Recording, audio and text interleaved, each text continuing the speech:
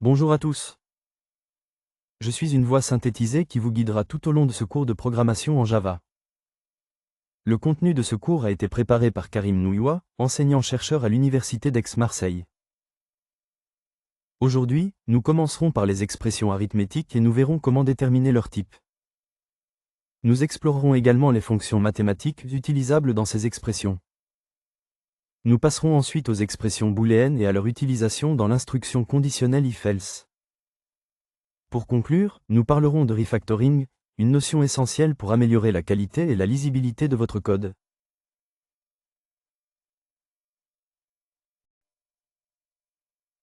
Pour commencer, nous allons aborder les expressions arithmétiques, qui sont essentielles pour effectuer des calculs dans vos programmes. Regardons un exemple concret composé de plusieurs expressions arithmétiques. Les expressions arithmétiques se trouvent toujours à droite du signe égal dans les affectations que nous allons examiner. Par exemple, le chiffre 15 est une expression arithmétique, plus précisément, une constante. A plus 15 est également une expression arithmétique, puisqu'elle combine une variable et une constante. Nous pouvons aussi observer que ces expressions sont composées d'opérateurs et de parenthèses, comme les expressions arithmétiques que vous avez utilisées dans vos cours de mathématiques. Dans un premier temps, examinons les différents opérateurs arithmétiques que nous allons utiliser. Le plus pour l'addition de deux valeurs. Le moins pour la soustraction d'une valeur par une autre. Le fois pour la multiplication de deux valeurs. Le divisé pour la division d'une valeur par une autre. Et enfin le modulo pour obtenir le reste d'une division. Nous reparlerons de ce modulo dans les transparents suivants. Il est important de souligner qu'il est fortement recommandé d'utiliser des parenthèses de manière systématique dans vos expressions. Cela permet non seulement d'éviter toute ambiguïté, mais aussi d'améliorer la lisibilité de votre code, même si vous connaissez déjà les priorités des opérateurs. Par exemple, préférez écrire 2 plus parenthèse ouvrante 3 fois 5 parenthèses fermantes, plutôt que l'expression sans les parenthèses, car cela rend l'expression plus claire et évite toute confusion.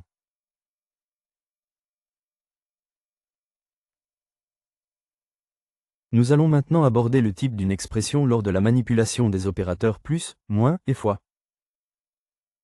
Le type d'une expression dépend des types des valeurs impliquées dans l'expression. Examinons quelques exemples lorsque l'on manipule uniquement des entiers. Vous pouvez voir cela dans les trois premières lignes du tableau à droite. Si une expression est l'addition de deux expressions de type int, alors l'expression sera également de type int. Par exemple, l'expression 2 plus 3 est une expression de type int. Sa valeur est 5. Le principe est le même pour la soustraction ou la multiplication entre deux expressions de type int. L'expression résultat sera également de type int. À présent, intéressons-nous au type d'une expression lorsqu'un double intervient dans l'expression. Vous pouvez voir cela dans les 6 dernières lignes du tableau à droite. Eh bien, dans ce cas, le principe est simple, l'expression sera de type double. Pour résumer, lorsqu'une opération mélange des types, c'est le type le plus riche qui l'emporte. Un double est considéré comme plus riche qu'un int. Attention aux cas qui peuvent prêter à confusion. Si nous considérons l'expression 3.2 plus 2.8, la valeur de l'expression est 6.0, et l'expression est de type double, même si nous pourrions mémoriser la valeur dans un int. De même, pour l'expression 3.2 plus 2.8 plus 4, la valeur de l'expression est 10.0, car le type reste double même si l'on ajoute un int.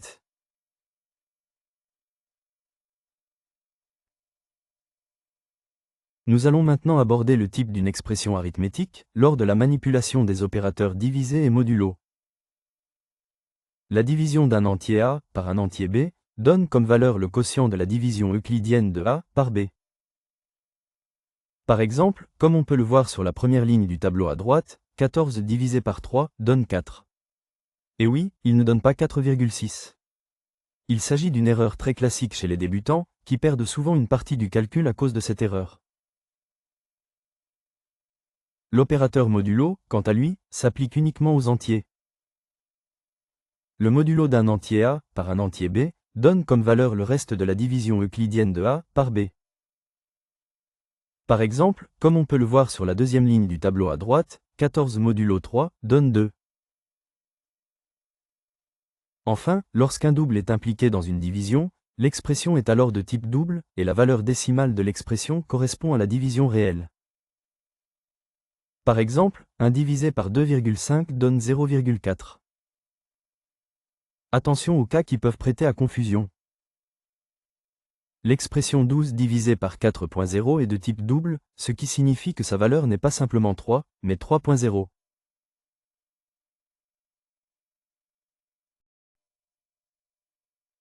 Maintenant que vous savez comment déterminer le type d'une expression arithmétique, et comment les int et les doubles cohabitent, voici quelques exemples à la limite pour vous exercer.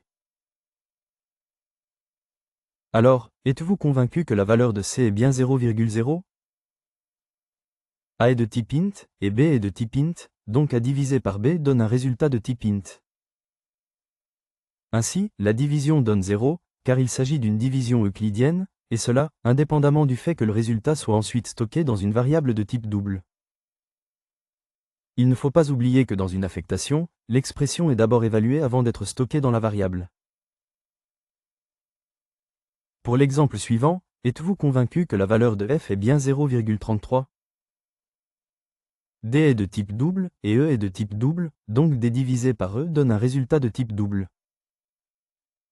La division donne donc une valeur décimale, puisque c'est une division réelle. En mémoire, f vaut donc bien 0,33. Pour le dernier exemple, c'est le même principe, mais cette fois, nous mixons un double et un entier. La division donne donc une valeur décimale, et i vaut bien 0,33.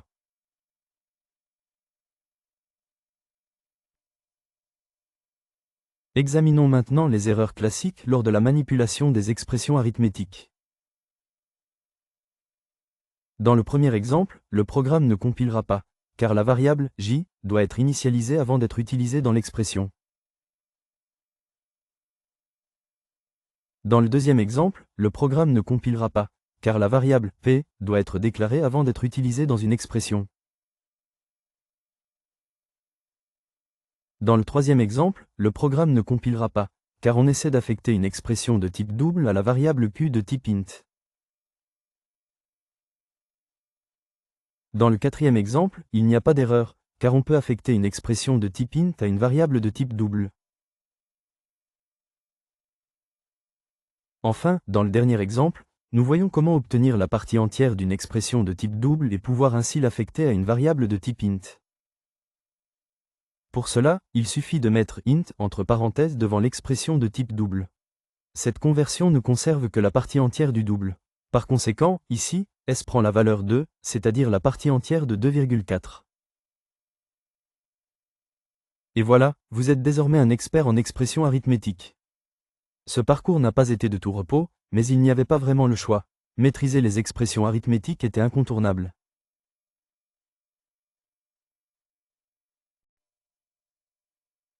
À présent, parlons des fonctions mathématiques en Java.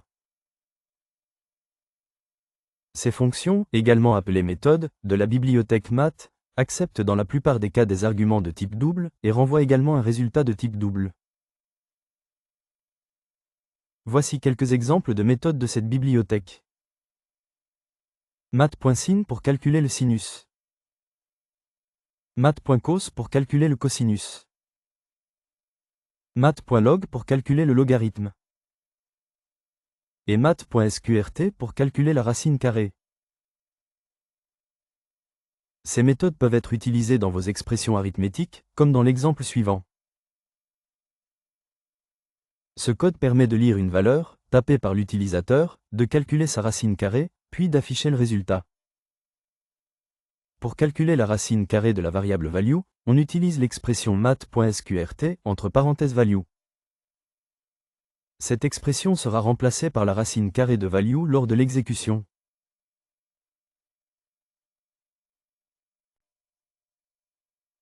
Intéressons-nous à présent à une fonction très utile de la bibliothèque math. Dans certains exercices, pour éviter des saisies utilisateurs répétitives, nous utiliserons des variables initialisées avec des nombres générés aléatoirement. Pour cela, nous utiliserons la méthode math.random, qui permet de générer un nombre aléatoire de type double dans l'intervalle 0,1 ouvert. Pour illustrer son utilisation, voici un petit exemple. Dans cet exemple, nous définissons deux variables x et y, et nous initialisons chacune d'elles en faisant appel à la méthode math.random. Après ces deux appels, nous affichons les valeurs des variables dans la console. Dans l'exemple d'exécution, nous constatons que les variables ont bien été initialisées avec deux valeurs aléatoires différentes. Notez que si nous exécutons ce programme une deuxième fois, les valeurs générées seront encore différentes. Cela pourra s'avérer très utile pour tester nos programmes. Maintenant que nous disposons d'une méthode permettant de tirer des nombres dans l'intervalle 0,1, nous pouvons l'utiliser dans des expressions pour effectuer des tirages plus complexes. Par exemple, pour tirer un double dans l'intervalle 0,100, il suffit de faire math.random multiplié par 100. Si nous souhaitons tirer un int dans l'intervalle 0,100, il suffit de tirer un double dans l'intervalle 0,100 et d'en récupérer la partie entière. Comme nous l'avons vu précédemment, pour récupérer la partie entière, il suffit de rajouter devant l'expression int entre parenthèses.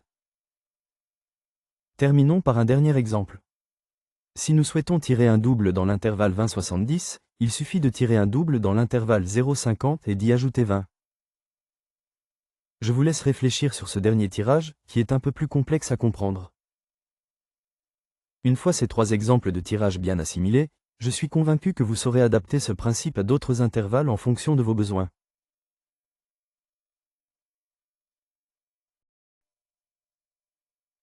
Maintenant que nous maîtrisons les calculs grâce à nos expressions arithmétiques, ajoutons une touche de logique à tout ça. Les expressions booléennes, ou logiques, peuvent prendre uniquement une des deux valeurs suivantes. La valeur true, quand l'expression est vraie. La valeur false, quand l'expression est fausse. Les valeurs de ces expressions logiques peuvent être stockées dans des variables de type boolean. Comme nous allons le voir, ces expressions sont construites à partir d'opérateurs, et elles sont utilisées pour formuler des conditions dans les programmes. Pour illustrer leur utilisation, voici un petit exemple qui débute avec la saisie, par l'utilisateur, de deux entiers, value1 et value2. Ensuite, on déclare et on initialise trois variables booléennes. La première, value1 before value2, vaut vrai si value1 est strictement inférieur à value2. La seconde, value2 before value1, vaut vrai si value2 est strictement inférieur à value1. La dernière, value1 equals value2, vaut vrai si la première variable booléenne n'est pas vraie et que la seconde n'est pas vraie. Dans ce code, les valeurs des variables booléennes dépendent directement des entiers saisis par l'utilisateur. Par exemple, si l'utilisateur saisit 10 pour value1 et 20 pour value2, les résultats seront les suivants. Value1 before value2 vaudra true. Value2 before value1 vaudra false. Value1 equals value2 vaudra false.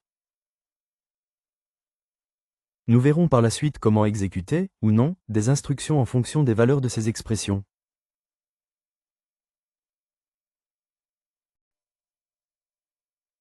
Intéressons-nous à présent aux opérateurs utilisés pour construire nos expressions booléennes. Commençons par les opérateurs de comparaison, présentés dans le tableau de gauche. Ces opérateurs servent à comparer des valeurs et à établir des relations logiques entre elles, comme vérifier si une valeur est plus grande, plus petite ou égale à une autre. Nous avons d'abord l'inférieur strict, représenté par le signe inférieur. Nous avons l'inférieur ou égal, représenté par le signe inférieur suivi du signe égal. De la même manière, nous avons le supérieur strict et le supérieur ou égal. Ensuite, nous avons le égal, représenté par deux signes égales successifs. Et enfin, nous avons le différent, représenté par un point d'exclamation, suivi du signe égal. Attention, il est très important de différencier l'opérateur d'affectation, représenté par un signe égal unique, et l'opérateur de comparaison, représenté par deux signes égaux successifs. La confusion entre ces deux opérateurs peut être source d'erreur chez les débutants.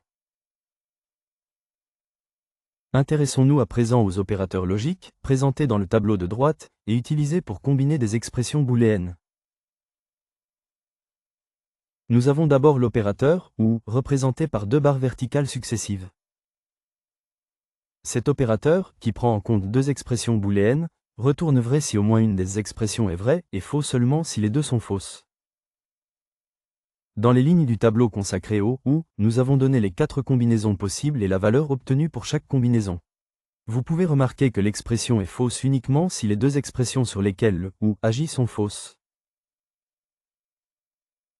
Ensuite, nous avons l'opérateur, et, représenté par deux esperluettes successives.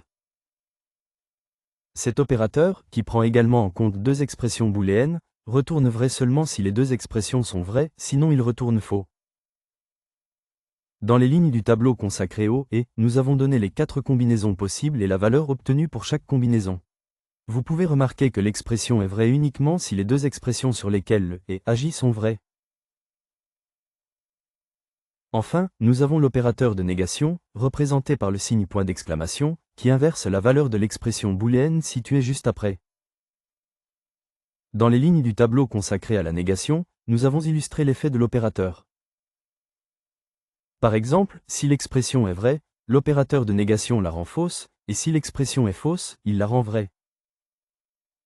Un autre cas intéressant est l'action de la négation sur une expression utilisant le « et » ou le « ou ». Par exemple, la négation de A ou B est équivalente, par distributivité, à non A et non B. De même, la négation de A et B est équivalente, par distributivité, à non A ou non B. Maintenant que nous sommes des experts en expressions booléennes, intéressons-nous aux exemples présentés dans le dernier tableau, pour clarifier tout cela. Dans ce tableau, la première colonne présente une expression, la deuxième explique sa signification, et la dernière donne la valeur de l'expression si A vaut 15. La première expression teste si A est égal à 15, ce qui est vrai. La seconde expression teste si A est inférieur à 100, ce qui est vrai. La troisième expression teste si A est égal à 30 ou est inférieur à 100, ce qui est vrai car l'expression de droite est vraie. La quatrième expression teste si A est égal à 30 et est inférieur à 100, ce qui est faux car l'expression de gauche est fausse. La cinquième expression teste si A est un multiple de 7 en utilisant le modulo, ce qui est faux car le modulo vaut 1. Enfin, la dernière expression teste s'il n'est pas vrai que A est égal à 15, ce qui est faux.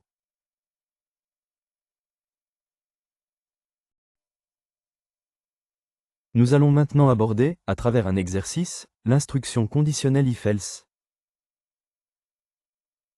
Voici l'énoncé de l'exercice. Demandez à l'utilisateur de taper un entier dans la console, et afficher en fonction de l'entier tapé. Le nombre est un multiple de 7 supérieur à 150. Ou, le nombre n'est pas un multiple de 7 supérieur à 150. Le programme permettant de répondre à cet exercice débute par la demande d'une valeur à la ligne 2 et la saisie de celle-ci à la ligne 3. Ensuite, à la ligne 5, nous utilisons l'instruction if pour vérifier si le nombre est un multiple de 7 et s'il est supérieur à 150. Si la condition du if est vraie, alors l'affichage de la ligne 6 sera effectué. Si la condition est fausse, alors l'affichage de la ligne 8, située après le else, sera effectué. Cet exemple simple montre l'utilité du if-else, exécuter certaines instructions si une condition est vraie, et d'autres si elle est fausse. Il s'agit d'une instruction de branchement essentielle en programmation.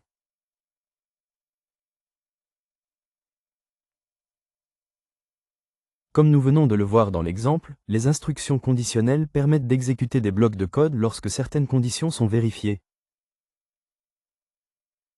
Voici une définition syntaxique un peu plus formelle de ces instructions. Nous avons la première structure, qui utilise le else, comme dans l'exemple. Cette première structure commence par le if suivi d'une expression booléenne entre parenthèses. Ensuite, nous avons une liste d'instructions exécutées si la condition est vraie. Notez que cette liste d'instructions débute par une accolade ouvrante et se termine par une accolade fermante. Après cette première accolade fermante, nous avons le else puis la liste des instructions exécutées si la condition est fausse. Notez que cette deuxième liste d'instructions est également entre accolades. La deuxième structure, quant à elle, débute de la même manière que la première mais n'a pas de else. Il s'agit d'un cas classique où nous souhaitons effectuer un traitement si une condition est vraie, et rien de particulier si celle-ci est fausse.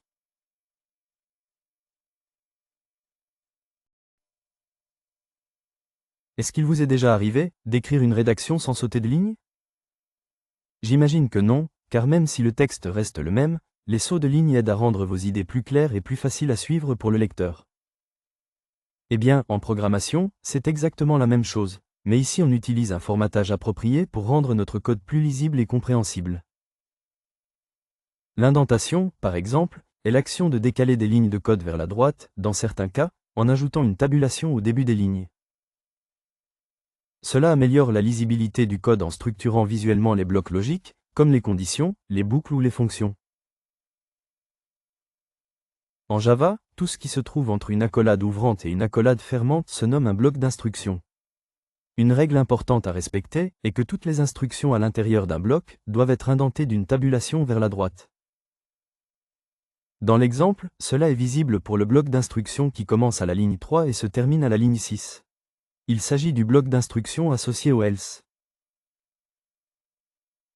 Si le bloc contient une seule instruction, comme c'est le cas pour le bloc exécuté si la condition est vraie à la ligne 2, les accolades ne sont pas obligatoires. Cependant, l'instruction doit quand même être indentée vers la droite pour respecter les bonnes pratiques de lisibilité du code.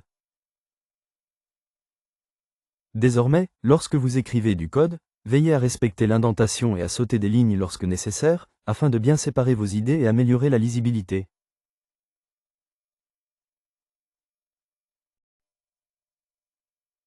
Dans certaines entreprises, notamment les meilleures, des séances de lecture de code sont organisées. On commence l'exercice par la lecture d'un code, puis on s'interroge sur les moyens de l'améliorer. Mettez-vous dans la peau de ces ingénieurs. Pour commencer, dites-moi à quoi sert le code de l'exemple. Vous pouvez même vous amuser à faire pause et vous chronométrer. Si vous avez compris l'utilité de ce code, combien de temps cela vous a-t-il pris pour en déduire sa fonction? D'après vous, quelle technique pourrait-on utiliser pour réduire ce temps de compréhension? Maintenant, imaginez l'impact sur la productivité, sachant qu'un développeur consacre en moyenne 70% de son temps à lire du code.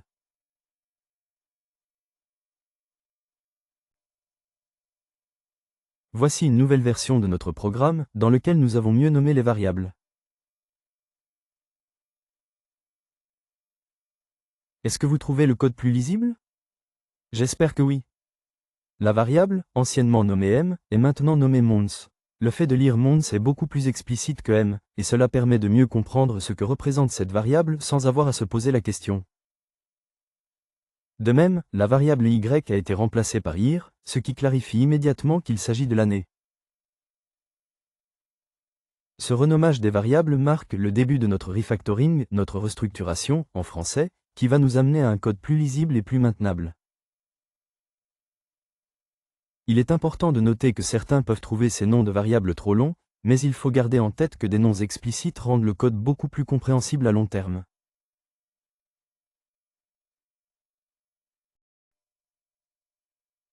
Voici une nouvelle version de notre programme, dans lequel nous introduisons 3 variables booléennes pour améliorer la lisibilité.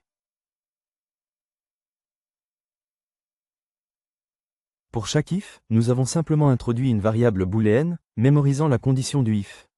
À part cela, il s'agit du même programme.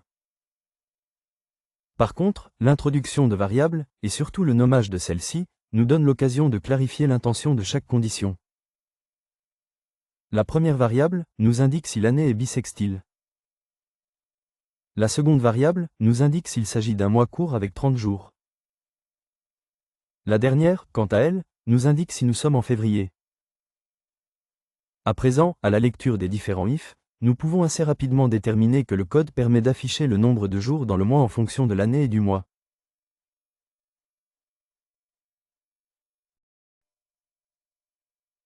Dans ce nouveau refactoring, nous ajoutons une variable pour stocker le nombre de jours dans le mois.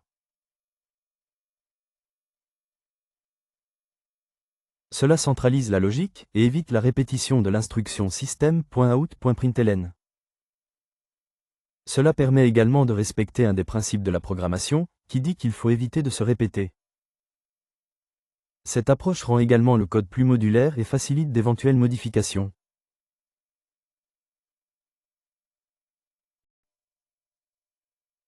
Cette dernière version améliore encore la structure, en utilisant des conditions plus simples pour définir number of days. En combinant les vérifications pour février et l'année bissextile, le code devient plus concis et reste facile à comprendre. Cela montre l'évolution vers une meilleure clarté et une réduction de la complexité.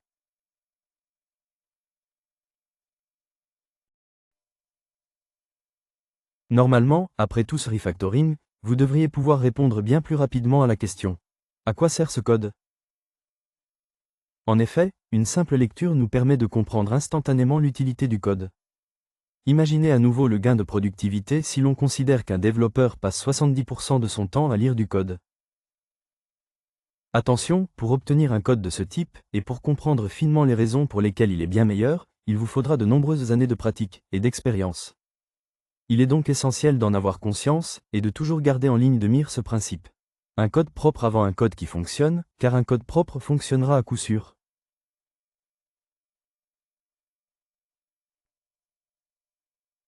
Pour les prochains TP, nous n'utiliserons plus la console, mais Eclipse. Eclipse est un environnement de développement intégré IDE, très populaire qui facilite la rédaction, la compilation et l'exécution de programmes. Je vous invite à parcourir le document d'initiation à Eclipse, qui vous permettra de le prendre rapidement en main et ainsi de gagner un temps précieux lors de vos exercices.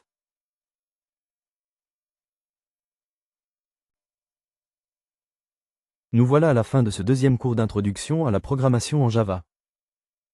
Les bases des expressions arithmétiques ont été couvertes, en particulier à travers les opérateurs de base. Nous avons observé que le type d'une expression dépend des opérandes, et nous avons exploré la différence entre division entière et réelle. Des fonctions de la bibliothèque math ont été présentées, telles que math.sin et math.random, pour les calculs et la génération de nombres aléatoires. Nous avons également abordé les expressions booléennes et leur rôle dans les instructions conditionnelles if-else. Enfin, nous avons discuté du refactoring, une approche pour améliorer la lisibilité et l'efficacité du code.